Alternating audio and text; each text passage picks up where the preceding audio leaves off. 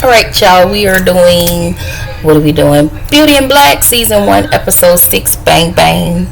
Um, I will be dropping 7 and 8 after this, so just look for that. So we gonna start the episode with Mallory pulling up at the company at Beauty in Black, and she's there. She sees the protesters outside with the sign saying cancer suck, because y'all know, um, prior to, we found out that they have been sued for the products that's in a relaxer, and it's causing people cancer. So Mallory calls, when she sees everybody, she calls Jules immediately, tells him to do something about the protesters. And then we find out, remember that lawyer, the attorney who served her those papers, she's the one behind the protest. So Jules then proceeds to tell her about Ina's status, and that Jules also tells Mallory that Norman is still trying to find out if Roy did it or if Charles did it. Norman, he ain't gonna stop. So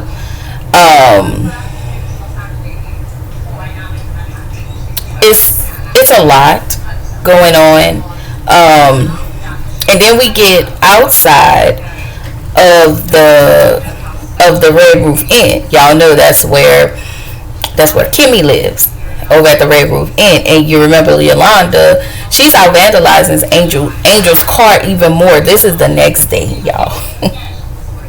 Like, ma'am, she on her Jasmine Sullivan, I bust the windows out your car.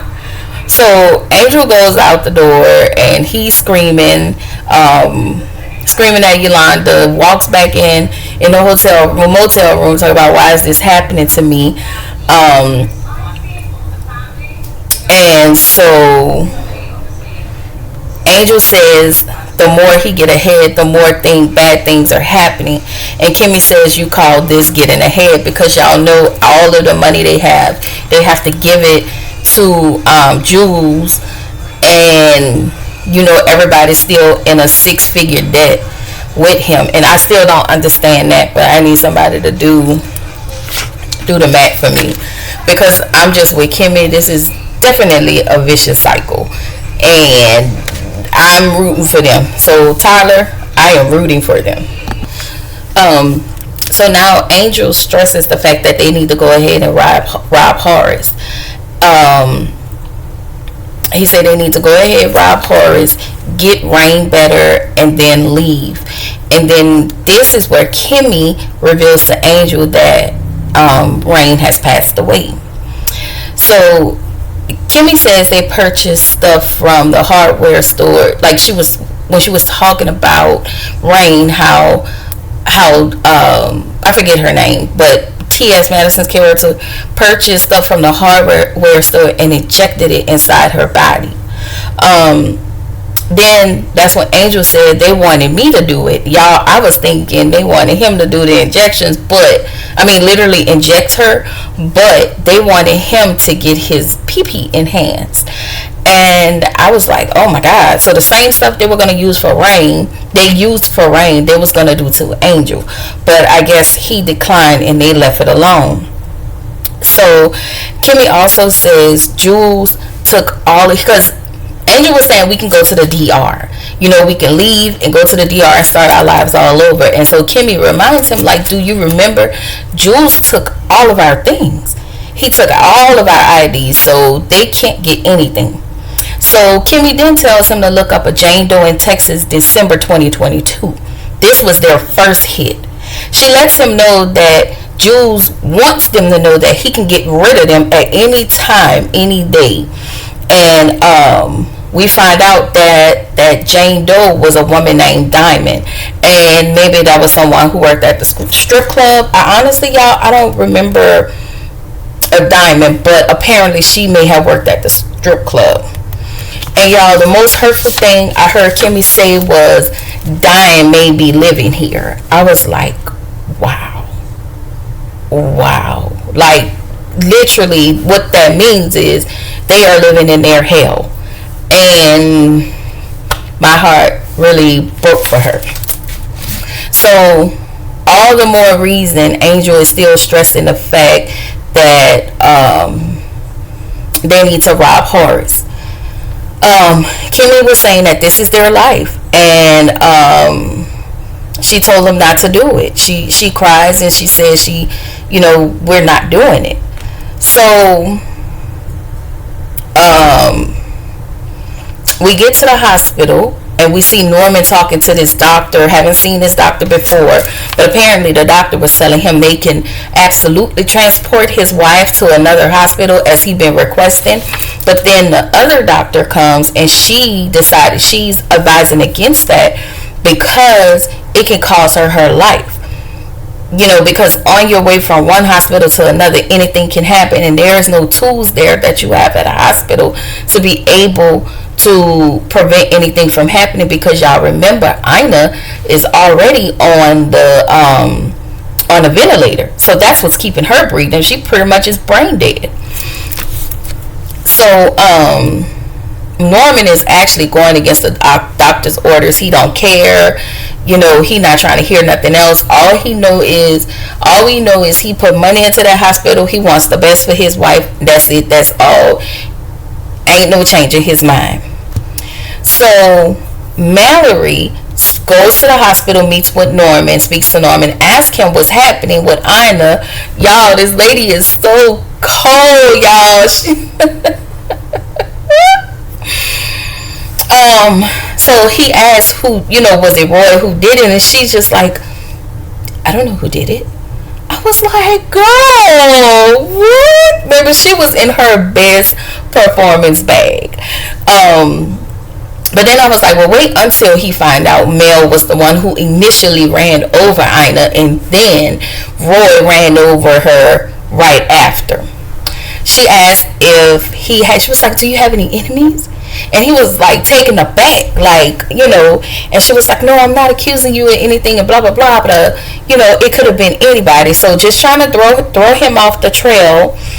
And so she asked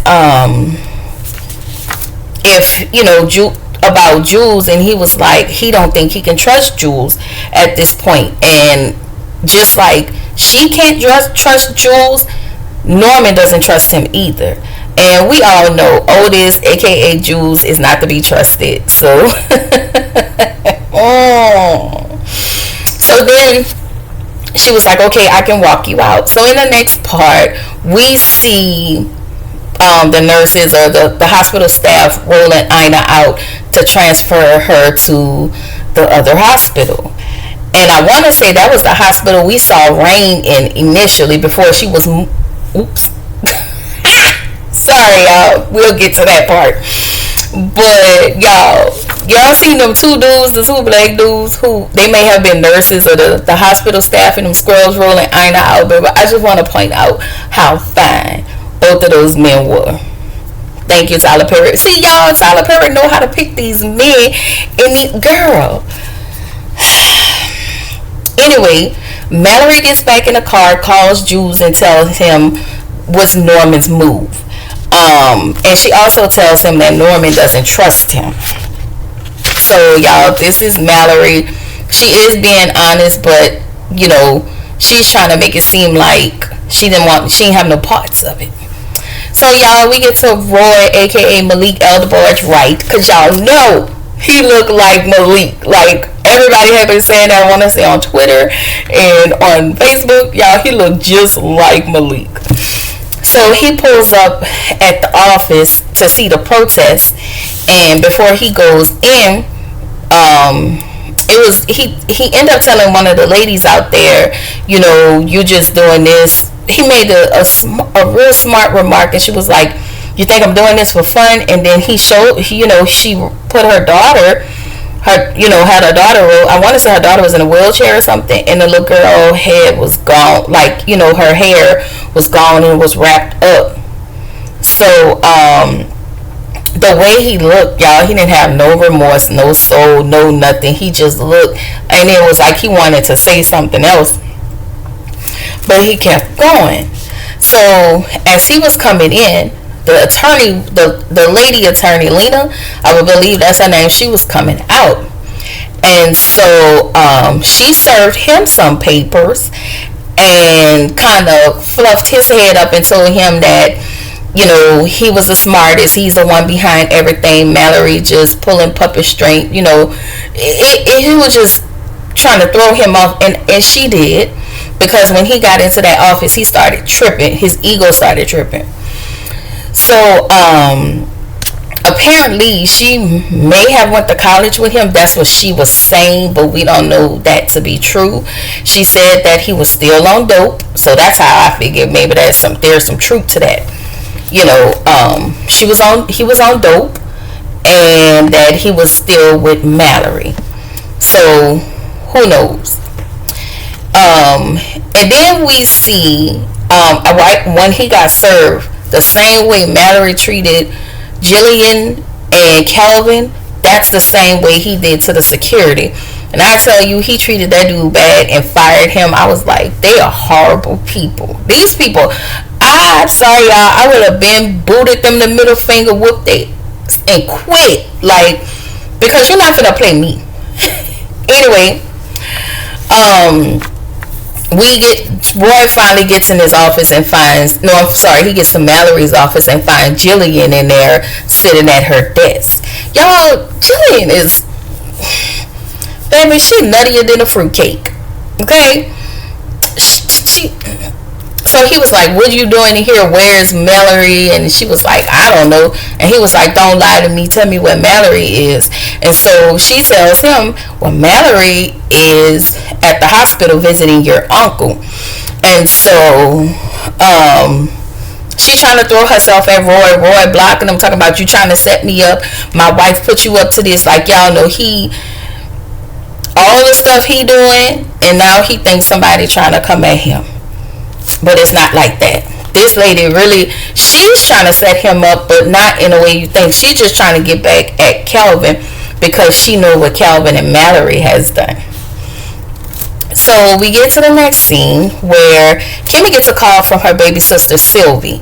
Y'all remember in episode 1, it was Kimmy and another little girl. That's when Sylvie was a little younger. And we finally get to see Sylvie. Sylvie is 16. Kimmy asked Sylvie if she got the money she sent her, and Sylvie says no, that Frank is the stepdad. Frank took her money. Y'all, when I tell y'all, the mama and that stepdaddy, it irks my soul. So she wants to be apparently Sylvie wants to be a cheerleader, but Frank doesn't want her to do it. And you know, he that was the money she sent to her to get her uniform so she can do it. So she told her, go to the store where their mom used to, you know, get the wiring for the money or whatever, and she'll wire money to her so she can pay for her things.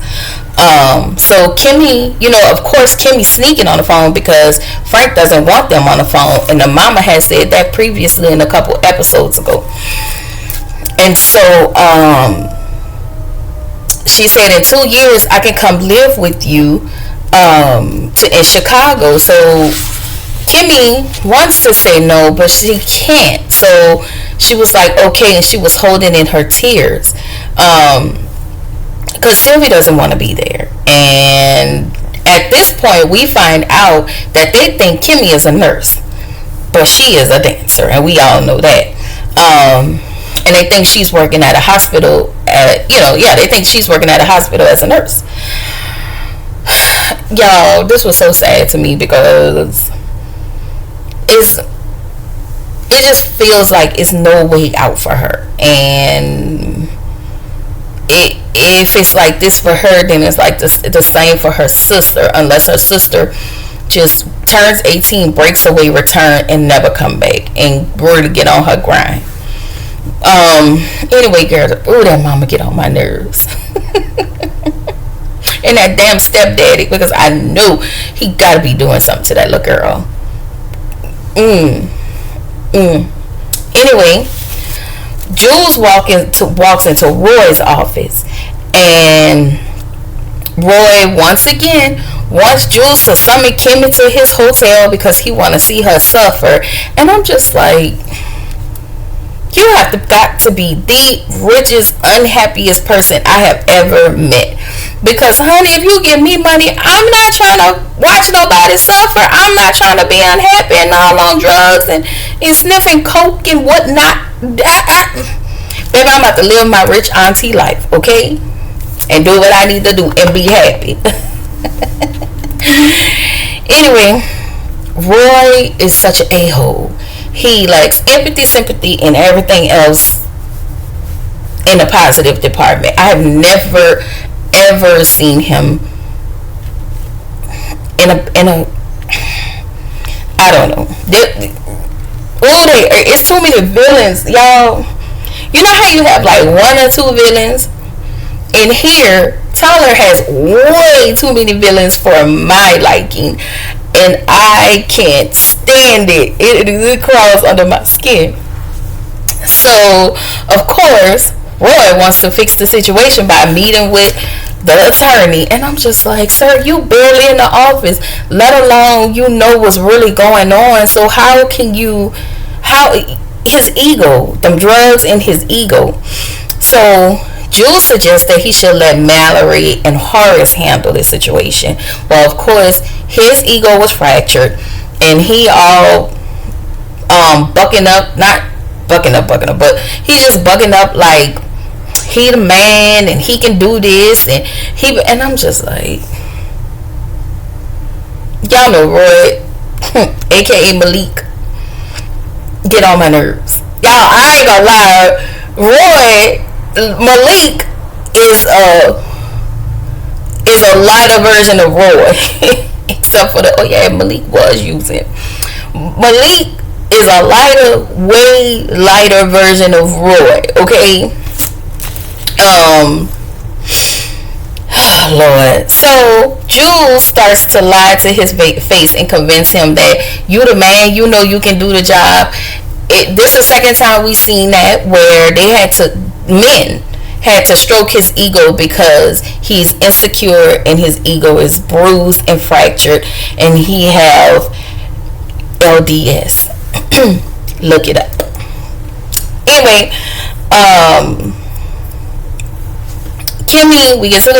Kimmy is still processing the passing of Rain.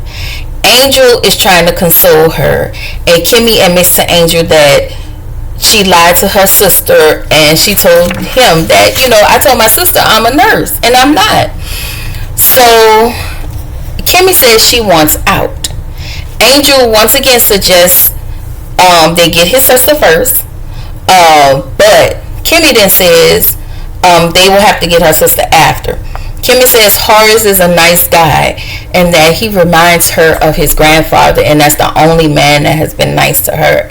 That is unfortunate.